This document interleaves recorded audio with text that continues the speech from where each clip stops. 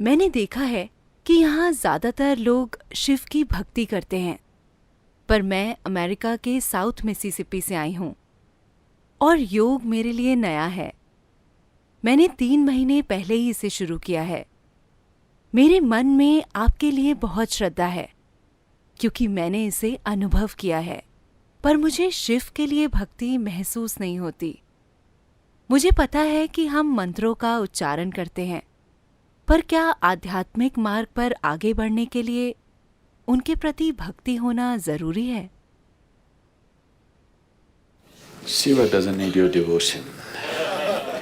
शिव को आपकी भक्ति की जरूरत नहीं है। कल ही मुझे कोई फ्रेडरिक नीत्शे की लिखी हुई किताब का एक हिस्सा पढ़कर सुना रहा था। आपने उनके बारे में सुना है? नहीं, वो मिसौरी से नहीं है। आप मिसिसिपी से हैं। माफ कीजिए, वो मिसिसिपी से नहीं है, जर्मनी से है। तो फ्रेडरिक नीत्शे कह रहे हैं, या उनका पात्र कह रहा है,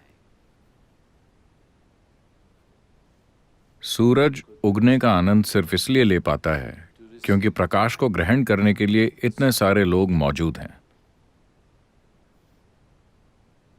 यह जर्मन बकवास है। अगर आप में से कोई भी यहां ना हो तब भी सूरज उसी तरह उगेगा, उतनी ही चमक के साथ। है नहीं? वो आपके लिए नहीं निकलता। ये एक बीमारी है जो इंसानों को लगी हुई है। उन्हें लगता है कि पूरा ब्रह्मांड इंसानों के इर्द गिर्द बना है। ऐसा नहीं है।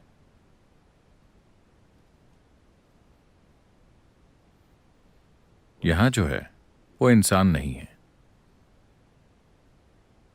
एक बहुत ही असाधारण घटना यहां हो रही है। उसका इंसान से कोई लेना देना नहीं है। वैसे तो इंसानों के साथ इसका बहुत गहरा संबंध है, पर इसकी प्रकृति इंसानी प्रकृति से अलग है।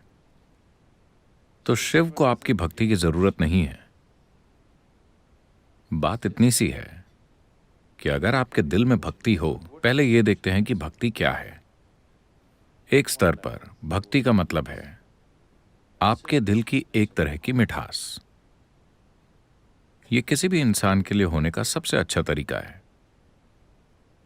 अगर आप अपने दिल में यह मिठास नहीं रखते तो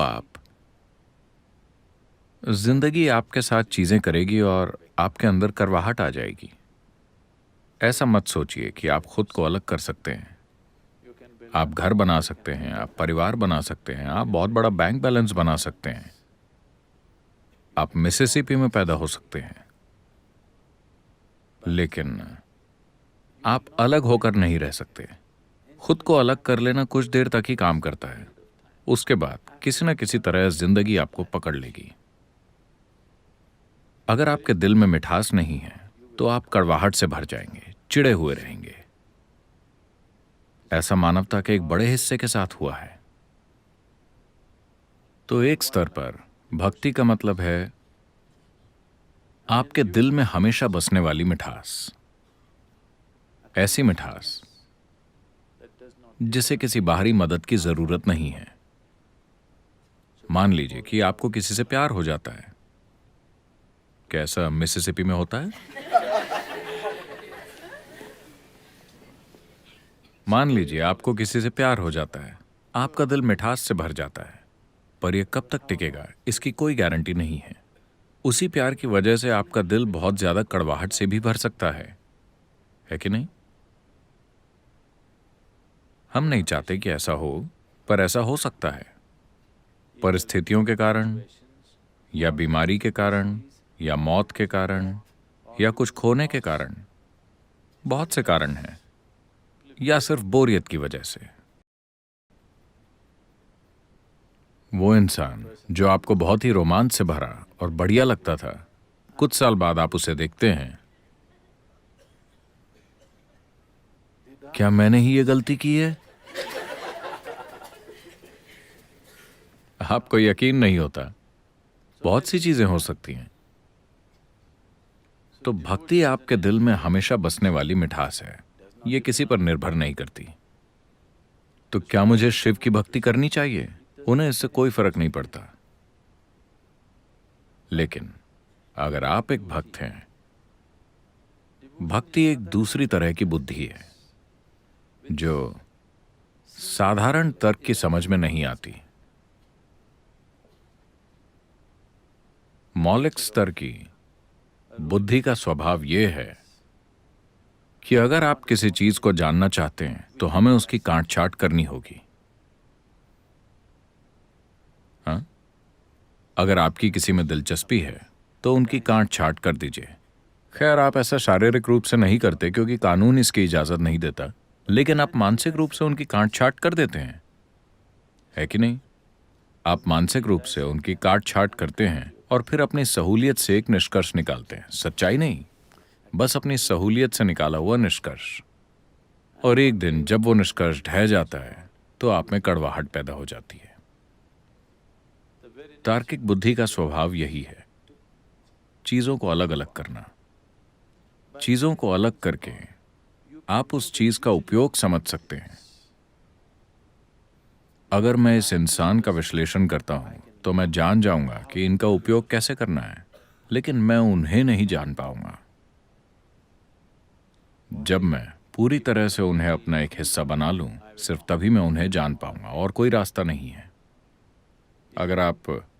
अगर आप किसी ऐसे इंसान को एक फूल देते हैं जिसमें जबरदस्त तर्क करने वाली बुद्धि है, अगर आप किसी वैज्ञानिक को एक फूल देते हैं तो सबसे पहले तो वो उसके टुकड़े कर देगा, क्योंकि वो जानना चाहता है कि इसके अंदर क्या है।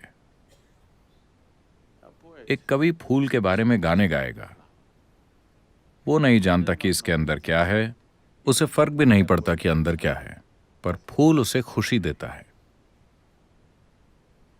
एक दिव्यदर्शी खुद फूल बन जाएगा। अगर वो फूल को देखता है तो वो खुद फूल बन जाएगा, क्योंकि उसके लिए वो एक छोटा सा फूल जो घास में खिल रहा है, जो आसानी से नजर भी नहीं आ रहा, वहां पर भी ईश्वर का हाथ काम कर रहा है ना? उतना ही सक्रिय है जितना कि यहां हमारे अंदर है, कम सक्रिय नहीं है। अगर आप घास के एक तिनके को भी ध्यान से देखें तो आप देखेंगे कि उसे बहुत ध्यान देकर बनाया है। इसे बहुत ही ज्यादा ध्यान देकर बनाया है। इसे ऐसे ही नहीं बना दिया गया, अरे घास का तिनका ही तो है। इसे ऐसे नहीं बनाया गया। जिसने भी इसे बनाया है बहुत ज्यादा ध्यान देकर बनाया है। So, a devotee is a different dimension of intelligence. तो एक भक्त बुद्धि का एक अलग ही आयाम है। वो ऐसी चीजें देखेगा जो कोई भी नहीं देख सकता, क्योंकि भक्ति का मतलब है कि आप खुद से आजाद हैं। आपके और अंतिम वास्तविकता के बीच सिर्फ एक ही बाधा है, वो आप खुद हैं। तो भक्ति का मतलब है कि आप खुद से आजाद हो जाएं। अगर यह मुमकिन नहीं है तो कम से कम आपको इस ढेर को तो कम कर देना चाहिए। अगर आप कचरे के इस ढेर को कम कर देते हैं तो अचानक से आप देखेंगे कि जिंदगी ऐसे विस्फोट करती है जिसकी आपने कभी कल्पना भी नहीं की होगी। तो ये शिव के बारे में नहीं है, ये आपके बारे में है। लेकिन आपको भक्ति के साथ चलना होगा। आप किसकी भक्ति करते हैं इससे कोई फर्क नहीं पड़ता, आपको पूरी तरह भक्ति के साथ चलना होगा। भक्ति का मतलब है कि आप खुद से खाली हैं। भक्ति का मतलब है ग्रहणशीलता की एक उच्च स्थिति, क्योंकि आप खुद से भरे हुए नहीं हैं। आपके अंदर खाली जगह है, इसीलिए आपको कोई चीज छू सकती है, आप में प्रवेश कर सकती है, आपके अंदर रह सकती है। आप हर चीज को अपने मनोवैज्ञानिक कचरे के पर्दे से देख रहे हैं और आपको लगता है कि आपका तर्क ही सब कुछ है। तर्क बुद्धि का एक बहुत ही मौलिक रूप है। यह सिर्फ किसी चीज का उपयोग करने के काम में आता है, पैसा कमाने के लिए, दुनिया में जीवित रहने के लिए। आपको तर्क की जरूरत है। किसी भी दूसरी चीज के लिए अगर आप किसी भी दूसरे आयाम पर पहुंचना चाहते हैं तो आपका तर्क काफी नहीं है। आपकी बुद्धि के भीतरी आयाम को काम करना होगा। अगर उसे काम करना है तो भक्ति में होना ऐसा करने का सबसे आसान तरीका है।